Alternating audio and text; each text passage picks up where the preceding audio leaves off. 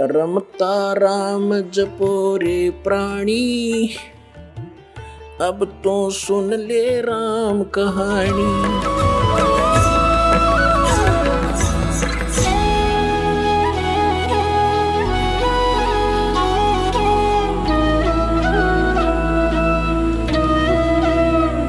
इसने लिखा है कि सन 1954 से सत्संग करते हुए आ रहे हैं। ये कौन? जय गुरुदेव के पंथ के प्रवर्तक श्री तुलसीदास जी। अब इन्होंने पाया क्या? समाधि लाने की चेष्टा की, जैसा गुरुजी ने बता रखा था। जैसा इनके शिवदयाल जी हठ करते थे ऐसा ये करें फिर।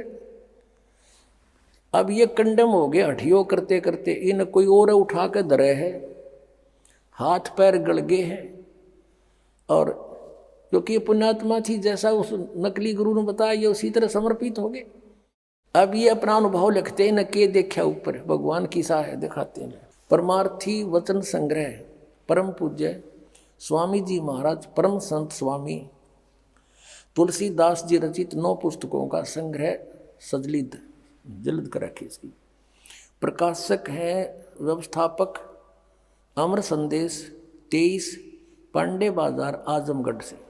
ये है जय गुरुदेव जी के हैं न तुलसीदास जी हैं। और ये इनके गुरुजी हैं गोरेलाल जी।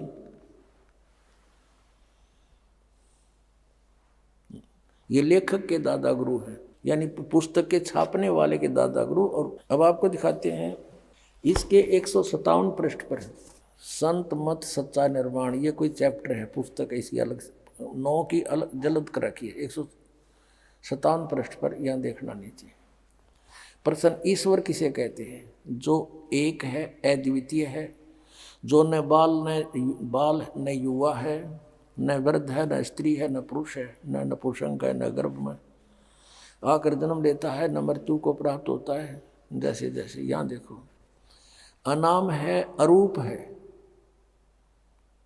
अरूप माने निराकार है, उसका कोई रूप नहीं है। और तो ये दुख में मारो सट्टे। फिर आगे देखो, फिर इसके आगे क्या लिखते हैं ये 242 पृष्ठ पर आपको ले चलते हैं। अब 241 पर क्या लिखा है? ज्ञान रसिम चैप्टर है कोई इनका।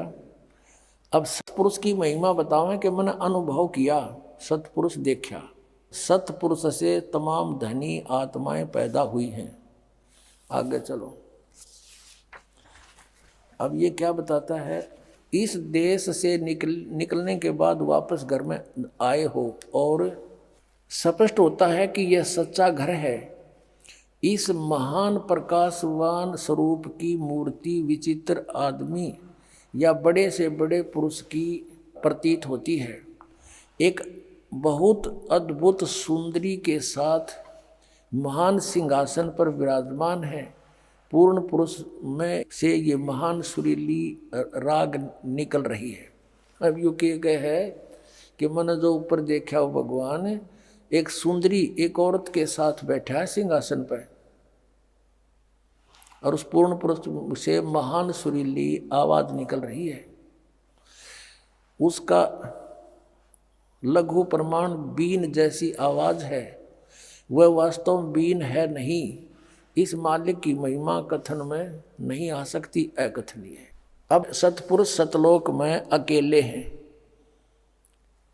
और किसी भी संत की वाणी देख लो, उनके साथ कोई स्त्री का लिंक नहीं है। इनकी जो समाधि होकर के चेष्टा इन्होंने की, ये इस काल के ब्रह्मांड को भी पार नहीं कर सके। इसी में कोई लोक लाख इधर देख ली, कोई कितने देवता हैं। इंद्र भी अपनी पत्नी के साथ बैठा रहता है, वहाँ भी मुरली बजे हैं।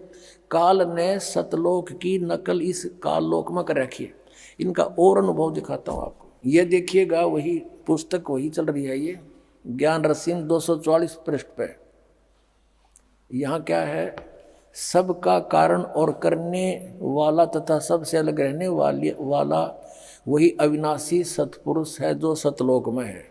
जिस तरह से जल की तरंग जल में ही समा जाती है, इसी तरह से उस अथाह जल के तरंग संत हैं, देखने में अलग मालूम होते, परंतु वह अथाह जल से भिन्न नहीं है, उसी में समा जाते हैं। अभी दिखाते हैं आपको 162 पृष्ठ पे है।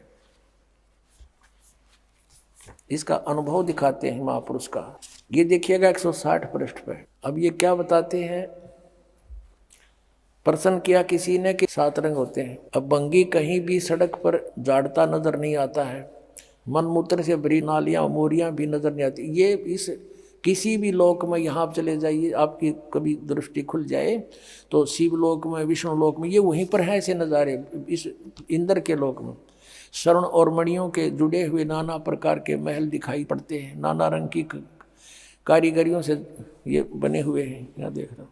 अब ये 163 पर कहते हैं, यह दृश्य बड़ा ही अनोखा है। कभी कभी सुंदर से बाग नजर आते हैं। जैसे ब्रह्मा जी को दुर्गा ने ऊपर भेजा था, वो भी कहता वहाँ बड़े बड़े सुंदर बाग हैं, मनोहर मंदिर हैं, बड़े रत्नों जड़े हुए हीरे, ये बड़े वहीं भटक रही थी इनकी आत्मा। सुंदर रंगीन वृक्ष लगे हुए होते हैं, जिस वृक्ष की डालियों में बजाय फल और फूल के सुंदर नारी और नर विविध प्रकार के वस्त्रों के आभूषणों से सुसज्जित, किरीट व मुकुट व कुंडल पहने हुए वृक्ष सहित झूम झूम कर नृत्य कर रहे। ये करा केड़ंगा देखा था, नो के नर नारी वृक्षा के महाय फटोरे हैं और वो वृक्ष भी गेले नाचे हैं। कभी कभी श्री रामचंद्र और श्री कृष्ण जी की मनोहर झांकी अद्भुत छटा से पूर्ण दिखाई पड़ जाती है। अब रामचंद्र श्री कृष्ण भटकता रहा इनकी आत्मा, और तभी तो इसने ये अनुभव बताया अपना कि भगवान एक सुंदर नारी के साथ बैठा है। बताइए, इनका अनुभव है, सारी उम्र खो दी इसने।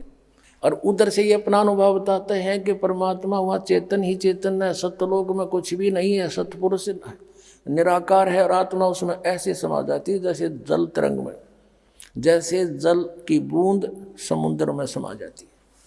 अपने आत्माओं, पहले तो हमने जैसे कोई आम का बीज बीजा है, आम के बीज का भी अंकुर होगा। उधर से किसी ने कीकर का बीज बो रखा, वो भी फल, उसका भी अंकुर होगा, और धीरे धीरे वो भी बड़ा होगा, उसमें भी कुछ ना कुछ दिखाई देगा, पत्ते डाली, और आम वाले भी ऐसे चलेगा। लेकिन जिसने केवल बबूल ही देखा है, आम देखा ही नहीं, तो बबूल के सब लक्षण बता रहा है। अब जिसको जानकार है कि ये लक्षण तो आम के है ही नहीं, ये तो बबूल के हैं, फिर उनको मिला के देख लो। तो जिन महापुरुषों ने मंत्र, ये मंत्र बीज है, जिन्होंने ये सत साधना, सतनाम और सारनाम की है, उससे जो उपलब्धि होनी वो तो सतलोक होना है। और जो इन्होंने नाम जाप किए वो काल के हैं, काल के ही लोक में इनको रहना है, और यहीं पर है ये। और इनका जो दादा गुरु यानी सबसे प्रमुख वो भूत बना हुआ, बुक्की में बोला तो ये कित जाएंगे इन 5 नाम जपने वाले, अंडरस्टूड है।